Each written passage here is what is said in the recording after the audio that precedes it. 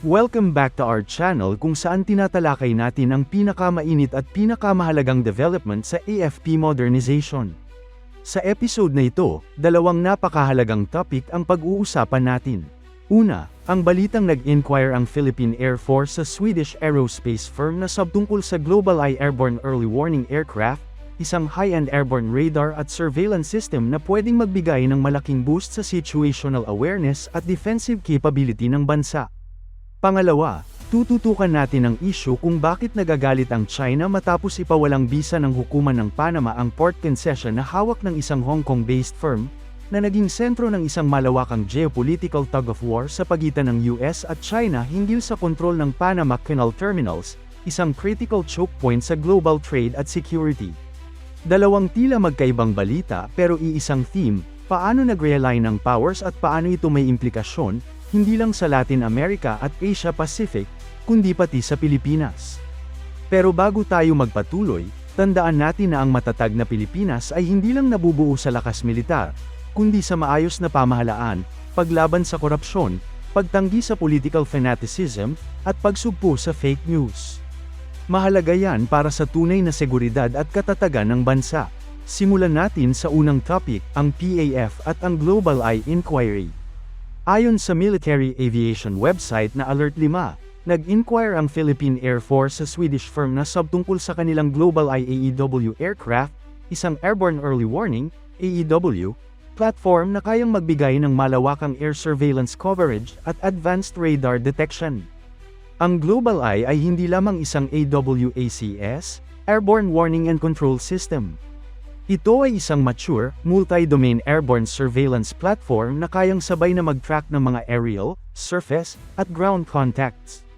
Ibig sabihin, kung may banta mula sa air incursions, surface vessels, o missiles, kayang agad itong ma-detect at ma-relay sa command structure para sa mas mabilis na desisyon at response. Sa konteksto ng Pilipinas, isang malakas na pangangailangan ito. Sa dami ng strategic challenges sa West Philippine Sea, at sa lawak ng maritime domain ng bansa, napakahalaga ng situational awareness. Ang mga ground-based radar stations at existing patrol aircraft ay may limitasyon dahil sa terrain, range, at mobility. Samantalang isang airborne platform tulad ng Global Eye, na kayang magpatrol ng mas malawak at mas mataas, ay malaking upgrade sa intelligence, surveillance, at reconnaissance capability ng PAF. Pero ang interesting sa balitang ito ay hindi lang ang Global Eye mismo. Kasabay ng inquiry na yun, nagbigay din ng positive outlook ang sub na pwedeng nilang i-offer ang JAS-39 Gripen E fighter jet sa PAF para sa kanilang multi-role fighter jet acquisition project. Kung nasubaybayan nyo ang mga naunang balita tungkol sa multi-role fighter procurement, malaking usapin na ang financing. Ang DND at PAF ay nag-e-explore ng tinatawag na creative financing schemes, ibig sabihin, hindi lang basta straightforward cash purchase. May consideration ng foreign loan options at posibleng pag-amyenda ng Presidential Decree No. 415 upang palawigin ang access sa foreign financing para sa mga mahal na military assets. Ang potensyal na pakikipagtransaksyon sa sub, na sabay tinitingnan ng Global Eye at Gripen, ay nagbibigay ng strategic picture na mas integrated ang vision ng PAF, magkaroon ng sensor capabilities via AEW, at shooters via modern multi-role fighters na kayang magbigay ng air defense at multi-role missions. Ibig sabihin, hindi lang basta bibilhin ng isa, kundi strategic ecosystem ang inabuild. Pero hindi biro ang kompetisyon. Malalakas ang mga kalaban. Eurofighter Typhoon 2000, isang Diamond-class fighter na proven sa Europe at Middle East. KF-21 Boramae Block 1, isang bagong modelo mula sa Korea Aerospace Industries na may modern capabilities at competitive pricing. Lahat sila naghahanap ng atensyon ng PAF, kaya hindi magiging madali ang decision-making process. Bukod pa rito, madalas puntong hindi napapansin ng publiko ang issue ng offsets at industrial participation, kung gaano kalaki ang tech transfer, local maintenance, training, at economic spillovers na pwedeng makuha sa buyer country. Sa mga usaping ganyan, pwedeng makaapekto ang desisyon ng malaki. Kaya ang Global Eye Inquiry ay hindi simpleng curiosity lang, ito ay indikasyon ng mas malalim na pagplano ng PAF para sa future capability uplift.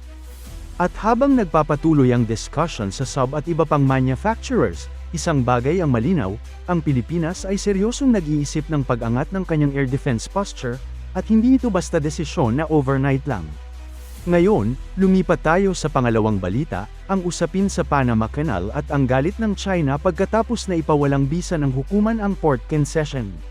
Kamakailan lang, ang Supreme Court ng Panama ay nagruling na ang concession contracts na hawak ng Hong Kong-based C.K. Hutchison para sa dalawang key port terminal sa Panama Canal, ang Balboa at Cristobal Terminal, ay unconstitutional at dapat paalang bisa. Ito ay malaking balita sa global geopolitics dahil ang Panama Canal ay isa sa pinaka-strategic choke point sa international trade, ang daan kung saan dumadaan ang napakaraming kargamento mula Pacific patungo Atlantic, at kabaligtaran.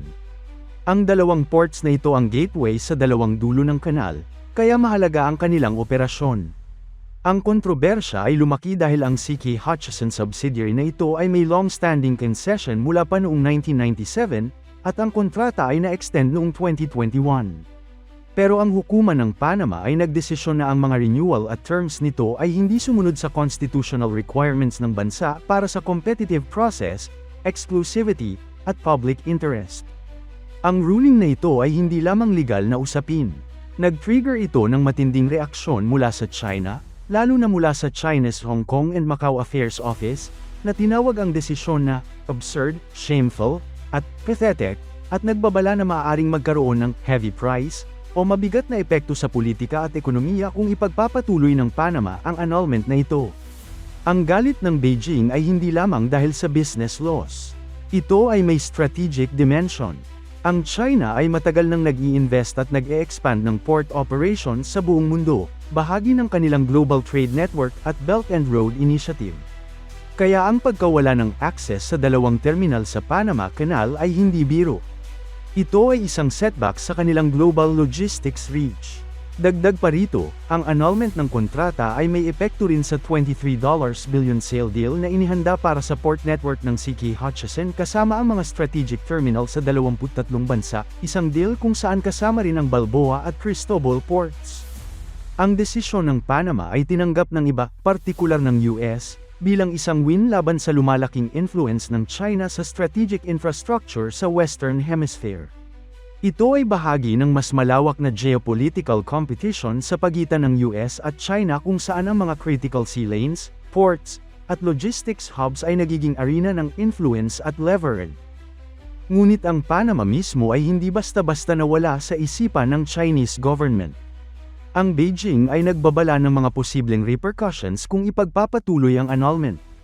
Ito ay nagpapakita na ang mga ganitong decisions, kahit gawa ng isang bansa, ay may implikasyon sa international relations at huwag balewalain. Kaya bakit mahalaga ito para sa atin bilang mga Pilipino? Una, ipinapakita nito ang lawak ng strategic competition sa mundo ngayon. Hindi lamang ang South China Sea ang hotspot, pati na rin ang mga global choke points tulad ng Panama Canal ay nagiging battleground ng influence sa pagitan ng major powers. Pangalawa, ang mga ganitong geopolitical shifts ay nagdadala ng aral sa atin na ang national security at economic security ay magkakaugnay. Kung may ibang bansa na malaking influence sa critical infrastructure, may implications ito hindi lang sa trade kundi pati sa pambansang seguridad. Sa huli, pinapaalala nito na sa harap ng mga powerful states tulad ng US at China, ang sinumang kesel na bansa, tulad ng Pilipinas, ay kailangang maghanda, magplano, at palakasin ang sariling defense at economic posture upang masiguro ang soberanya at kapakanan ng bansa. Summary ng dalawang balita ngayon. Ang PAF inquiry sa Global IAEW at possible multi-role fighter acquisition ay senyales na seryoso na ang Pilipinas sa pagpapahusay ng air domain awareness at combat capability, isang kritikal na hakbang sa pagpapalakas ng depensa ng bansa. Ang Panama Canal Ports ruling at galit na reaksyon ng China ay nagpapakita ng malalim at patuloy na strategic competition sa global infrastructure, isang competition na may direct at indirect effect sa regional security balances, kasama na ang Asia-Pacific at Pilipinas. Hanggang dito na lang muna ang ating discussion sa episode na ito. Kung gusto nyong mas laliman pa ang analysis ng Global Eye Program, multi-role fighters, o geopolitics ng Panama Canal, e-comment nyo lang sa ibaba. Maraming salamat sa panunood, At kita-kits sa susunod na episode kung saan patuloy nating susubaybayan ang mga galaw sa world arena na may epekto sa seguridad ng Pilipinas.